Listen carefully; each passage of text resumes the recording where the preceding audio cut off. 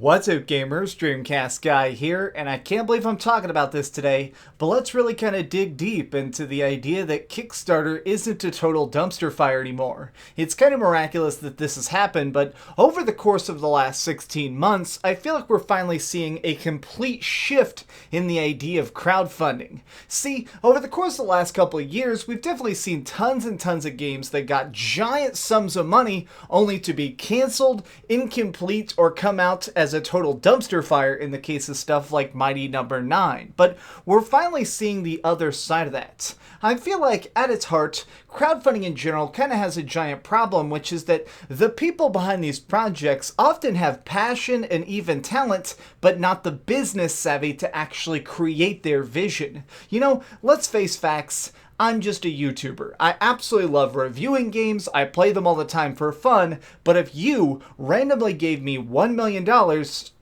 I couldn't really do anything with it. I couldn't just magically snap my fingers and create a giant movie. I just don't have the skills and actual knowledge on how to use that cash to the maximum that it should be done. And I feel like a lot of Kickstarters really have had this problem where they understand what they want to make, but suddenly once they get the money, they burn through it. They have no idea how to use hundreds of thousands of dollars to create something from start to finish. They're just basically programmers, directors, voice actors, visionaries who have an idea, but no idea how to pull the trigger on it. But now, finally, we're getting the other side of that.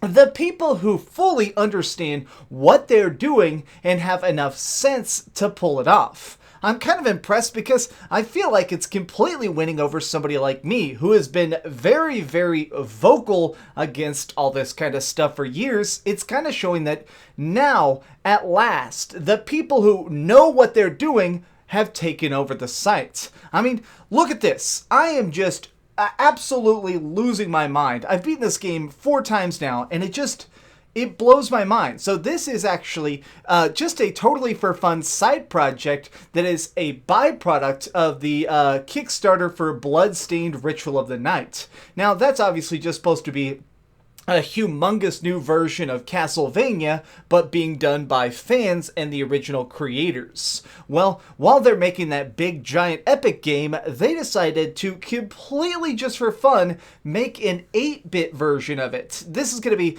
totally to the side, not at all related, but is so fantastic. This is seriously probably one of the best 8-bit games ever, and it was completely made just for fun with the side money. Literally, this does not exist as part of the main goal. This isn't something that really was even thought of. It just kind of got thrown together because the people have enough business savvy and understanding of work ethic. They're able to create the main game and side projects simultaneously because they're so wise as to how this system works. Now I feel like more and more we're finally seeing this stuff step forward because it seems like all of the bad Kickstarters have finally disintegrated. They've fallen apart and only the strong remain. I mean, look at something like Yooka-laylee. Now when that came out, I actually had a lot of problems with it because at launch there were definitely some light control issues and definite camera problems. But since they spent so many years creating this spiritual sequel to Banjo-Kazooie, it's really cool to see that they just keep sticking with it. They made the game they always had in their mind, and now it's out here playable, and they keep giving it big giant patches to make it even more fun, even more playable, and give you even more reasons to pick it up. This is so cool because finally, I feel like this is what Kickstarter was supposed to be. Crowdfunding was always kind of based on the philosophy that good ideas and good funding should be able to come together to physically become a product. I like that concept, but it just kept getting stalled out by so many really bad ideas. Like, let's face facts, stuff like the Ouya. Somebody's sitting down one day and drawing on a piece of paper, we are going to make a new console that's outside the bounds of things that are currently established.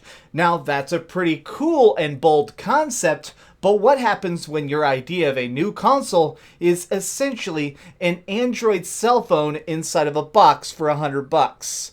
That was not a well thought out plan. And the fact that they got so many millions of dollars to back that shows that people at the time were hyped and they were willing to fund something that didn't really have a final plan. Whereas now, we're seeing people that understand, okay, if we get this product, we need to understand that our goals are reasonable, our project has a final date in mind, that way we can actually stick to our deadlines, and what is it that we can do that'll make it different and fun, so when it comes out, people aren't going to be bored of it because they've been following a Kickstarter for a year. The time between when a game gets funded and when it comes out is kind of a painful gap sometimes, and you need to make sure you're constantly updating them and making it where, when it comes out, it's just as epic as you've been picturing for all this time. I mean, I'm actually a huge fan of horror movies. I'm actually like secretly obsessed with them. I go to horror movie conventions just for fun. Here's a random picture of me being strangled by Jason because I absolutely love slashers in particular. So when I heard about the Friday the 13th Kickstarter, I personally put a bunch of my own money behind it. And while it was a very painful period between when that money left my pocket and when that game installed onto my PlayStation 4, it was completely worth the wait once it finally landed. In fact, I played that game for months and months and months. Was it a bit of a broken mess that was eventually just kind of crumbled? Yeah, but I got my $40 worth. It was super fun, and I feel like the asymmetrical multiplayer of it was so unique and fresh, and that is what crowdfunding should make. It should be stuff that you definitely could not have gone to a giant studio and said, yeah, I want to make a game where you're going to be a weak little counselor and get chopped up by a big muscly Jason. But they managed to do that just because fans like me have always wanted to see that game just pushed into existence. It's so funny to see that crowdfunding has finally entered this heyday where we realize that, okay, there are definitely bad businesses out there. There's certainly always going to be people who go onto sites like Indiegogo and they don't know what they're doing and they're just trying to scrape together a giant pile of cash to rip people off. I mean, things like the Coleco Chameleon and realistically the Atari VCS, those are examples of somebody that are trying to enter the market of crowdfunding without really trying to add something to it. They don't want to make a bold new experience. They want to make money. Whereas this game, I mean, looking at this, nobody made this to try and gain a profit. This exists because they wanted something that is going to reward Castlevania fans and just be super fun to play. I feel like it's kind of like evolution, where there's all those things that start out a bunch of animals and they all get slight mutations, and the biggest mutations end up being successful and their genes go forward. Originally, we had so many different styles of crowdfunding, from weird projects and things that were trying to be spiritual sequels, and a bunch of them died off. And the only things that are left now are the super great experiences that we gotta play. I mean, just today, no joke, I actually backed that Nintendo Switch vertical grip. It's the last day it's available as of the recording of this, and I put down $15 on it so that they'll send me one when it's done, because they clearly, just by looking at the video, they have a prototype, they know what it's supposed to be, and when it comes out, it's actually going to be pretty dang epic. Look at stuff like even some of the crowdfunded projects that I think personally have caused me some grief, like Pure Solar HD. This was supposed to be an indie RPG for the Dreamcast that took way beyond its original intention. I mean, when it had an original release date, it was supposed to take maybe 6 months or a year. I think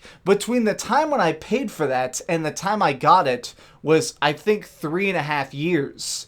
Did those delays suck? Absolutely. Was I actually flat out pissed a few times?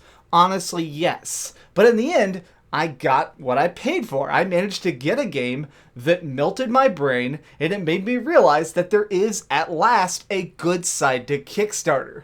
I do feel like what's really happened here is that the consumers have gotten smarter. People are now able to try and discern what is BS and what is truth just by looking at it. If somebody comes out and says that they're making a giant indie version of Pokemon that has even Pokemon-style graphics, people are going to jump on that because they can understand, okay, that is some pretty finished gameplay. There's clearly an existing prototype. If I put my money towards this, at some point, I'm certainly going to be playing some form of it.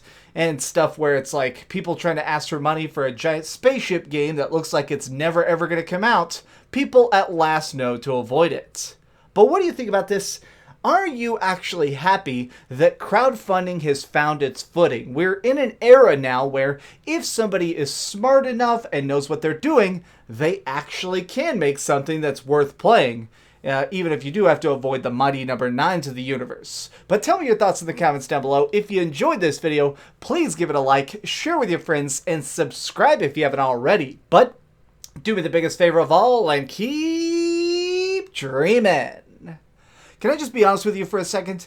The entire point of this video was so I could talk about Castlevania. I still cannot believe that Bloodstained is real. This game is so fun, and the demo that they're giving to backers right now on Kickstarter is so...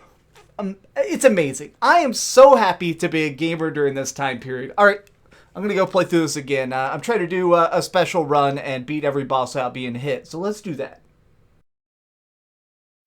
Oh, hey! I was just playing a little bit of Grand Theft Auto on my Darth Vader PSP. Are you curious what I'm going to come out with next? Well, if you click this button, you'll be subscribed to be the first to know. Also, if you click over here and here, you can see my latest review and my latest top 10. I promise, it was super good.